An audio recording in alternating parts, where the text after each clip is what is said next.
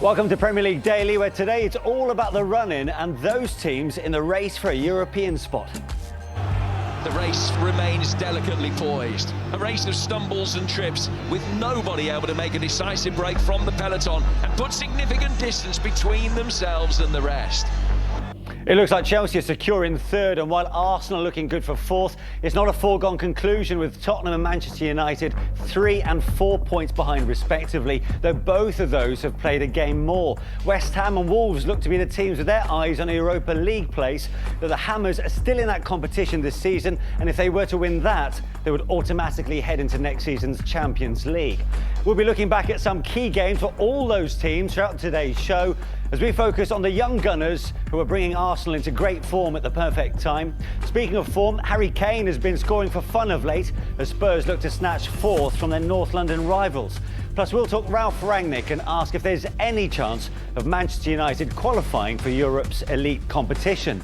Yeah, and that's contributed to Chelsea's current form, 6 wins in all competitions out of 6. And you can see them nicely tucked behind Liverpool and Manchester City as things stand, Tim. For them, I suppose, have they always seemed just playing catch-up behind those two up until now? Absolutely. I think the other two, Liverpool, Man City, are out there on your own. You know, quality-wise, in depth, strength of manager, even though Thomas Tuchel's a very, very good manager. They're, European champions. They've still got their sights set on that again. FA Cup semi-finalists, they played Palace, which is the easiest draw. I know Glenn don't want to hear that, but reality is that you've wasted little time to get one in, haven't you? I said I'd do one early. You always got to put your marker in. And it's they've got big prizes. They're still out there. A little bit of turmoil off the pitch. I think the manager's done brilliantly. Speaks very well about the future. The calmness inside the camp, just getting on with their jobs, and they're doing very well. And that give them the platform. That's a tough fixture. Fighting for their lives, Burnley. When you go to Turf Moor, it's never an easy task, but they made it look as easy as it possibly could. Yeah. Actually, talking of the uncertainty situation, could that possibly have a little question mark alongside Chelsea in their pursuit of third place? I mean, could they slip down to fourth come the end of the season? Well, it could go one of two ways, couldn't it? I think at the minute we see it galvanising the group. Yeah. They feel as though everyone's against them. Tuchel's getting his best out of them. But I think it's imperative that that's sorted come the end of the season. Plays out a contract, they can't renegotiate. I mean, it could be a real mess at Chelsea. So for Tuchel to be keeping it together so well at the moment, I think he's doing a fantastic job. Yeah. Let's have a look at a couple of individuals that shone, particularly in that game against Burnley. Kai Havertz. And this has been a conundrum really for Thomas Tuchel, isn't it? Since Romelu Lukaku arrived, who does he go to as his number 9? Kai Havertz clearly hasn't let him down.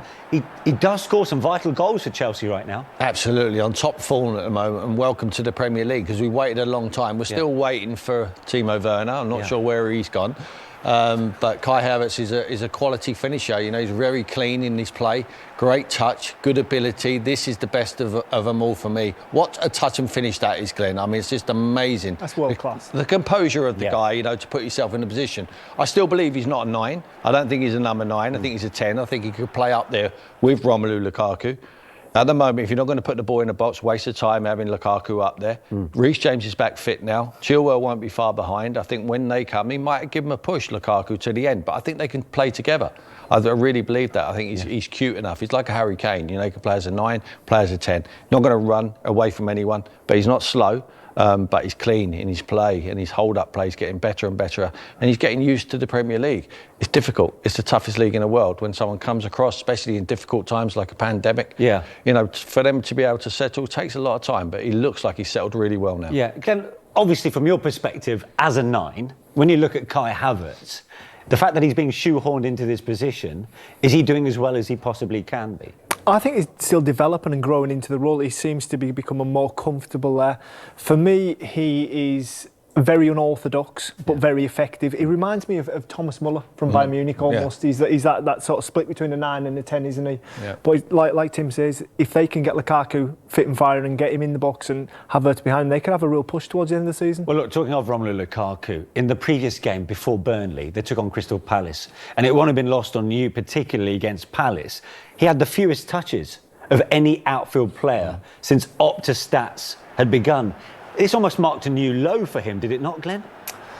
Well, it depends what you do with those 4 touches. If he'd scored 2 goals, it wouldn't be a problem, would it? But he just doesn't seem to have that connection with the team. They don't seem to be playing for him. He seems to be turning and spinning when they're playing it into his feet, and he seems to be showing when they're playing it into the channel. It just, everything that could go wrong at the moment for Lukaku seems to be, and then stats like this just cement that fact. It's a big summer for him, I think. Yeah. If they can make him feel happy, if they can start playing to his strengths, because there's no doubt he's not lost his talent. He's still a top-class centre-forward, but you've got to play to his strengths. Yeah. His confidence is so low at the moment, isn't it? You know, he needs a goal, needs to kick-start, you know, and a goal in a big game. You know, that's what he needs. I agree with Glenn. I still think he's got a lot to offer. You know, we build him at the beginning of the season as the final piece of the jigsaw to help the push towards Man City and Liverpool. It hasn't materialised. He came in with a big smile. He played brilliantly away at Arsenal. And he went to Aston Villa and he destroyed them on his own. He played to his strengths. He was playing into his feet, weren't they? And they were all running off him. Yeah, I feel... But Thomas Tuchel doesn't like to play counter. Well, yeah, I think the Romelu was a gift from the owner to the football club. Even though it's not compatible with the manager's style? Well, it's turned out that way. But, I mean, if I was the manager, I'd say thank you very much for that gift. But I'll take it and try and get the best out of him. And I think that he has suffered the fact that the 2 fullbacks, Reece James and Ben Chilwell, have been out injured, because they do get down the outside, they do cross the ball, and if they're going to cross the ball, that is his strength. He gets on the end of it and he scores goals. But Glenn's absolutely right. He's not a halfway line player who's going to hold the ball up, you know, chest it down, lay it back 21. He wants to get on his bike, running behind, and in and around the penalty area, he gets hold of the defenders, and once he gets hold of you, he'll turn you and he'll get a shot on target. He was brilliant last season. He was a top scorer over there in Italy. This year, it just hasn't worked for him. No. But of course, Reece James, Ben Chilwell, they're both coming back to full fitness, which will signal great news for Romelu Lukaku. As for Thomas Tuchel's time at Chelsea, it's incredible to think that, you know, he's only been there really just over a season and a bit. It feels like he's been there a lot longer. Look at that. I mean, his CV so far, 5 finals, 3 trophies, and he's still got plenty to play for. Champions League, Real Madrid, if I'm not mistaken. FA Cup, which Tim says is a gimme. But I'm not sure about that one, Glenn. The final's a gimme, isn't it? It's certainly eventful, isn't it? I mean, that's an incredible list that he's put together in such a short period. And like you say, he's fighting on all fronts now. And the clubs, they don't know where they sit at the hierarchy of it. So, I mean, yeah, when you take the Chelsea job, I expect you think it's going to go a little bit smoother than what it has. And I'll be interested to see if he's still there come the start of next season. Really? Oh, that would be intriguing. And of course, all eyes in terms of off-the-pitch matters at Stamford Bridge during the summer. Now, Arsenal fans were told to trust the process at the early stages of Mikel Arteta's managerial tenure at the club. And 6 wins from the last 7 matches has shown why. Here's a recent game from that current record where the young Gunners were on form. Yeah, Arsenal there with Bukayo Saka clearly shining in the red of Arsenal. He's having a terrific season. But it didn't start that way. You've got to, of course, just remind yourselves, under Mikel Arteta, they lost their first 3 games in the league without scoring. That made for their worst start for 67 years. Look at the way that first dropped them to 20th. Then they recovered. They had a slight dip in November and December with 3 defeats in 4. But since December, look at that level of consistency from almost straight down the middle to the right side half of that graph. They've won 10 of the last 13 in the Premier League. They've only lost to Manchester City and Liverpool in that time. Glenn, would you say one of the highlights of this season has been watching Mikel Arteta's young Gunners mature and responding to that sticky start to begin with? Yes, definitely, and that's what a manager given time brings. I think the Arsenal fan base is very emotional, whether it be negative or positive. So I think he's locked the doors, he's shut out the noise, and he's concentrated on this young group and he's moulding them. And now you're seeing the sort of shoots of progression come through. And I mean, you look at the back 4, back 5. I mean, you've got White, Gabriel, Tierney, the goalkeeper, Ramsdale, 23, 24 years old. Yeah. I mean, if you keep that group together, that can be a solid foundation for a long time to come. And then you've got the young guns going forward, your Sakas, your Smith Rowe, who's probably went off the boil a little bit, your Martinelli. I mean, it's exciting time for Arsenal, I think. Tim won't want to hear that, but it is. Yeah, correct. No, he's done brilliantly, and they sneaked into that position. I mean, they're in the driving seat to clinch the 4th place. You know, if they win their games, it's in their hand. The only issue I have with Arsenal is they don't win the head-to-heads against the teams they need to beat in and around them for the top four. And if they don't do that, they've got some tough games. And North London Derby is a massive standout game. They have to play Manchester United. If they don't win them games, then they will get pipped at the post. But I agree with Glenn. I think they're the best team in it, in the chase for top four. Have they got the best players? No. Has the manager got the most out of this group? Absolutely, yes. I think he has. And our youngest team in the Premier League, likes of Smith Rowe, Saka, Martinelli. The best players are their academy kids. Odegaard as well. Odegaard's been outstanding. You're absolutely right to say that. We talked about getting used to Kai Havertz, getting used to the Premier League. He certainly got used to it now. He's been brilliantly. He's like Ozil with a work ethic. He wants to run around. He wants to help the team out, and I think that's instilled in him by the manager. He's made some tough calls. Aubameyang to leave that football club and leave yourself with only Martinelli and Lacazette up front. It's a big call.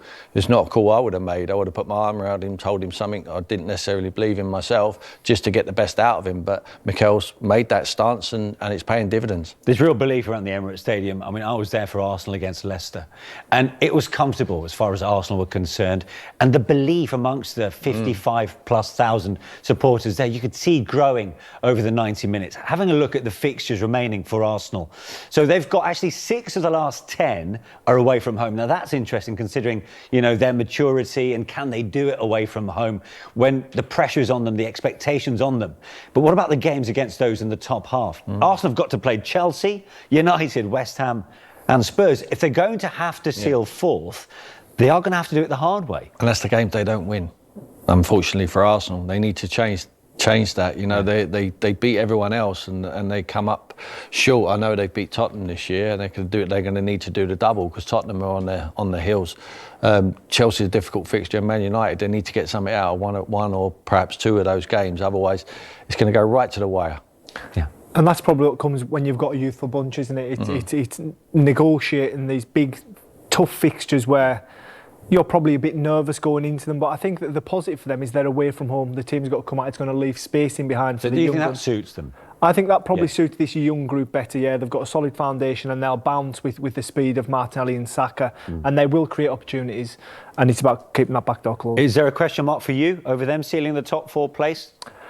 You never know with the Premier League. I think they'll get it, but it's theirs if they want it, if they can be consistent. Yeah. But like Tim says, the big clubs in Spurs and Man United are snapping at their heels. After a rocky start to the season under Nuno Espirito Santo, Spurs have picked up form with much of the credit owed to Antonio Conte, as well as his star man who's learned how to find the net again in the second half of the season. As we were watching it, I think we all decided that's up there as arguably one of the games of the season so far. And the repercussions, I suppose, not one game this season has had as much effect as that one in terms of the title race and the race for the top 4. Yeah, I mean, it's just a shame they couldn't back it up. But they was in a real inconsistent patch, wasn't they? They're getting beat at home to Southampton and Wolves, and then going away to Burnley and losing, and then they can beat the champions. I mean, that was an outstanding performance, and none more so than Harry Kane. The most complete performance of the season for him. It was a slow burner this season, with the speculation of him possibly going to Man City. Didn't materialise, took him a while to get to fitness and get his head around the fact that he's staying at Tottenham. And now he's back to his best, and none more so than that performance. I mean, he was dropping deep. A lot of people criticise that. There's no problem when you drop deep. When you've got someone like Heung-min Son running in behind. With these two, in Tottenham's lineup, they are capable of finishing in the top 4. Without a shadow of a doubt, these 2 boys can play for any team in the Premier League or in the world. They are that good, both of them. I know Harry gets all the credit, but that boy Son is top drawer as well. Yeah, but a bit more on Harry Kane. I mean, at the start... see, there you go again. No, but we'll get it. And actually, by the way, who's the top goal scorer for Spurs right now in the Premier League? It's Son, by 1. Yeah, so let's talk about Kane. No, but I want to talk about Kane because they were playing City, who, of course, wanted him last summer. And so he showed them what they're missing in some respects. But look at his stats now, though. 22 goals and 6 assists. And at the start of the season, let's not forget, against City, when Tottenham won that game, he didn't even feature. Yeah, I mean, we see his desire to get in the box there. This is what Harry Kane's all about, and we've missed him for the first half of this season. There was a hangover from the summer for a reason unbeknown to us, but now the best thing that Conte's done since he's been at Spurs is get Harry Kane back on side. Him and Son firing, they've got a chance of beating anybody on their day. I just really hope, for Spurs' sake and for Harry Kane's sake, that the club give Conte a longer deal, get him on board and back him in the summer. I think it's so important from a Spurs perspective. But you see Harry there, he's like a different person. He looks so happy. I know he just scored a goal, but taking into consideration the start of the season when he was scoring goals, he still didn't look happy, did he? He seemed unfulfilled. But there you can see he's fully back on track and loving life in a Spurs shirt. And how much of that is down to Antonio Conte? Well, he has to take the credit. If you're a manager, you take the criticism when your team don't win. So when your centre forwards are on fire like that, and you start winning football matches, you have to give the manager the credit. He's put a certain amount of demands on the group now. Yeah. You know, we've seen it ourselves. The whole world has seen the mood swings of the manager. He's so up and down, but that's because he's a winner. He's used to winning at every club he's ever been at. But unfortunately, when you're at Tottenham and haven't won for so long, you have to get used to losing some games and not take it so hard and to heart. But it's difficult for Antonio because he's a born winner, and that's what he's always done. He's trying to embed that into their mentality to take them forward, to be winners, but it's not done over a 2-year contract. He's only got a year left after this season. It's his choice to sign that short-term contract. Now, if I'm Harry Kane, I am not committing myself to Tottenham for a longer contract unless the manager stays and does also. So, and Daniel Levy will not give Antonio Conte the money if he's not going to commit himself. What's the point of doing that? Letting him bring in these players, giving them another 200, 300 million pound, and then he decides he wants to leave at the end of the following season. He needs to commit himself to the club. That is the key. Once Antonio commits, Harry Kane possibly might commit, and then Daniel Levy, I'm sure, will back this man. Yeah, there's still that level of uncertainty, isn't it, with Antonio Conte? Always is. Because after that game against City, Spurs then lost to Burnley, then came out that, of course, highly emotive post-match press conference from the Italian, where he put his future in doubt. And for that reason alone, do you think there's still a question mark over Conte and Spurs beyond this summer? I think it's all about Levy and Conte. I think it's so important that Levy ties Conte down, like Tim says, to a long-term contract. Then you get your star forward happy and you can build for the future there. Then you can back the manager going forward. You can give him some money. I don't think Conte was happy with how January went, and he had to wait so long for signings. The first day of January, he said, I need reinforcements, and he had to wait until almost the last day. Now, I don't think that went down very well, and I think that Conte is a man of principle. And if they don't handle him right, I think he could walk. So it's a very precarious position they're in. He's got 3 senior leaders he can rely on, Lloris, Kane and Son.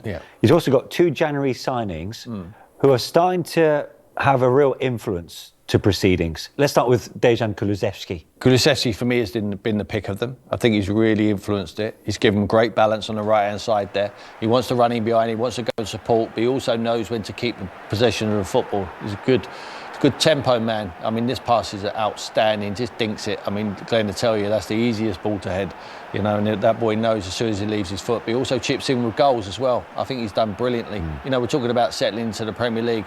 He's took no time, you know, in a very inconsistent side. So, no, he's done brilliant. I think Bentancur is a slow burner. I think he wants to play at his own pace. He's a little bit too cool to sweat for me at the moment.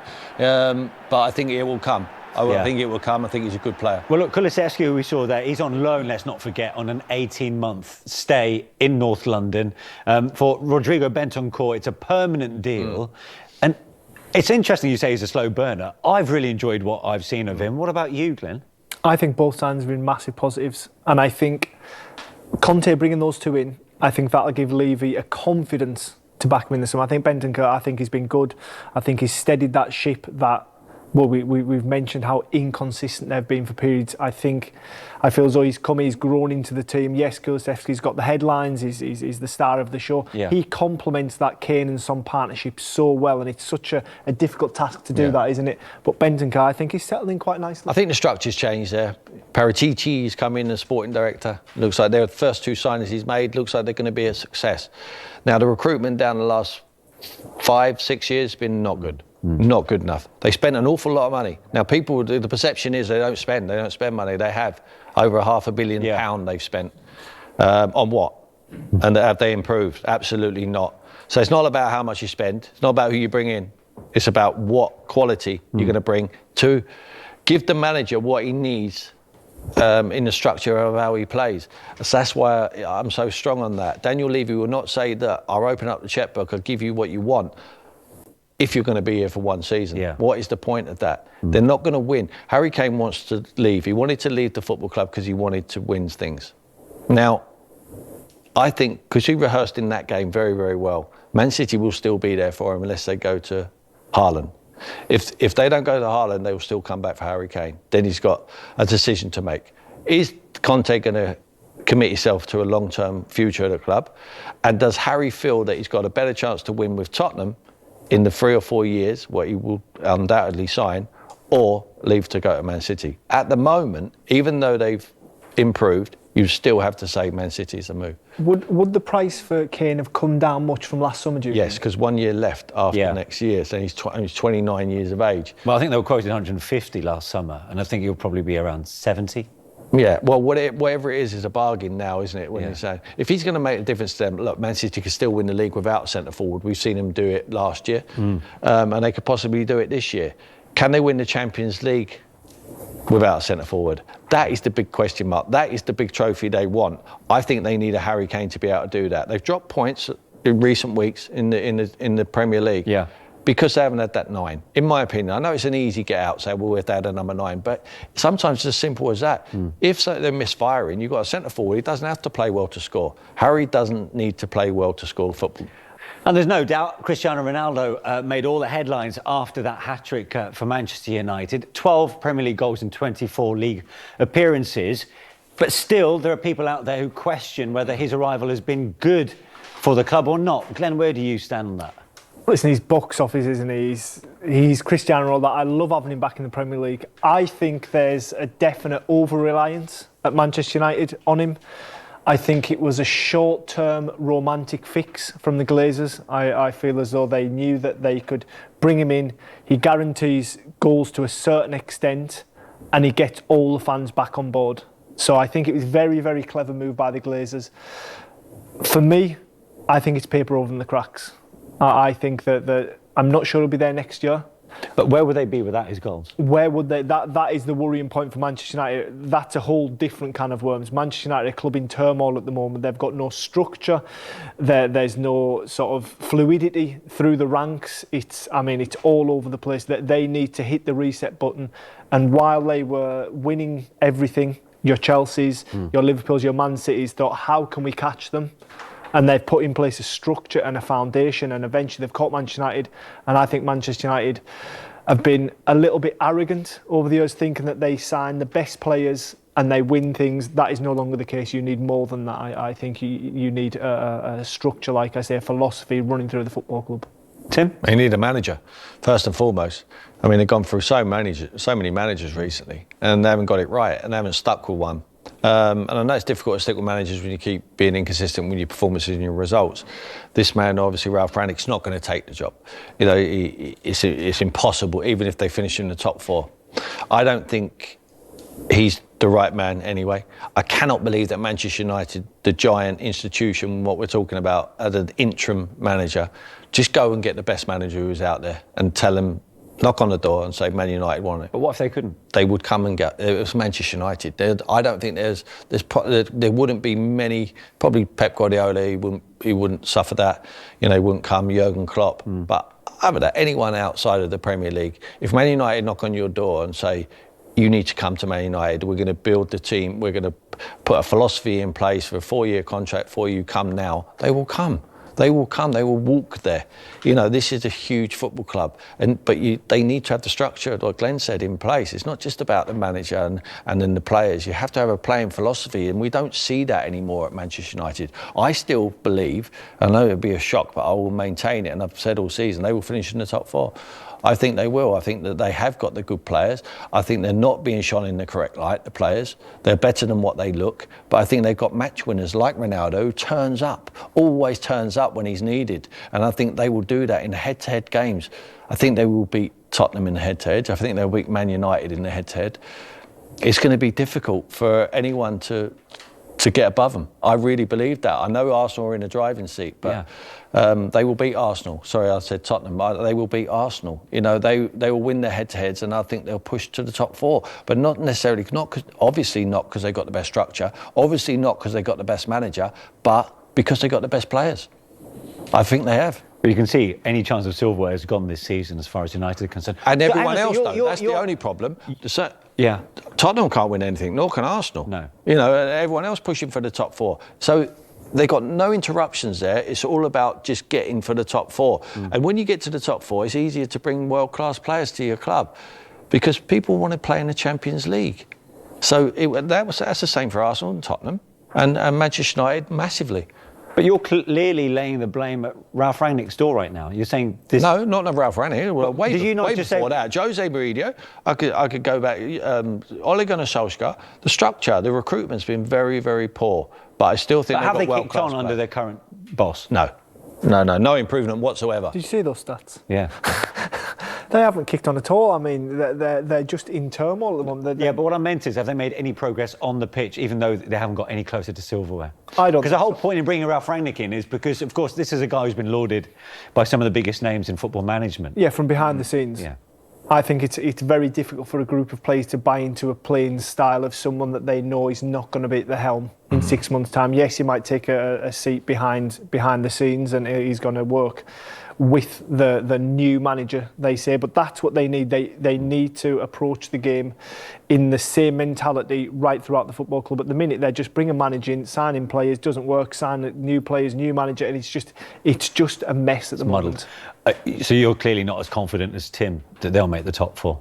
I think Tim's right in what he says. I think their big players do step up on big occasions and they thrive off big occasions, like we've seen Ronaldo do on a number of occasions so far. Whether they'll get the opportunity to, I'm not sure. Yeah.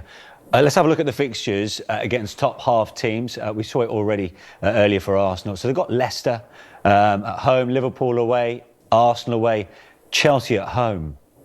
There are some big games there, Tim. Yeah, well, the biggest game for obviously the Liverpool game's a huge fixture. They're tough games. They'll beat Leicester and they will beat Arsenal. And you know, can they possibly? I think they're going to have to win one of Liverpool or Chelsea to get to the top 4. I really do. I think if they was to lose 2 of those fixtures at this stage of the season, we're almost into April. You know, I just think it's going to be too much for an ask. Glenn, how do you see those panning out? You just never know with Manchester United. They have got the capabilities to win all those games and they've got the capability to push Liverpool, even away from home. But for me, they're just too inconsistent. Liverpool, I think, will win that. Leicester, they probably win. Sorry, Manish. No, that's fine. But I've been used to hearing that this season. Arsenal and Chelsea, you just don't know who's going to turn up. Yeah. Let's have a look at the top of the table then and give you the overall picture. Manchester City and Liverpool, as we know, slugging it out for the title, and it's great to see those two going head-to-head like 3 seasons ago. Chelsea in third, you'd think are secure. So it's Arsenal, Tottenham, Manchester United. You're going United, Tim. I'm going United because of the best players, and I think I'm going to stick with them. I said it all season, so I'm going to still stick with it. But they're 4 points behind and played a game more than Arsenal. You think they've got enough in them to turn that around? They play Arsenal. Arsenal. They'll beat Arsenal. Arsenal do not win the head-to-heads. Arsenal have to play Tottenham. For me, Man United will be my favourites, and then Tottenham, and then Arsenal. Yeah. And it's not my Tottenham biased. I think they're in the driving seat, Tottenham in 4th place, Arsenal. They've got the game in hand, but I think they finish 6th. Glenn, who are you going for 4th? I think Arteta will see it through. I think he's installed in that young squad. We've seen them develop so much from that first game at Brentford away from home in the Premier League opening day, and I think he'll just have enough to hang on to 4th place. It's going to be great to watch whichever way it goes.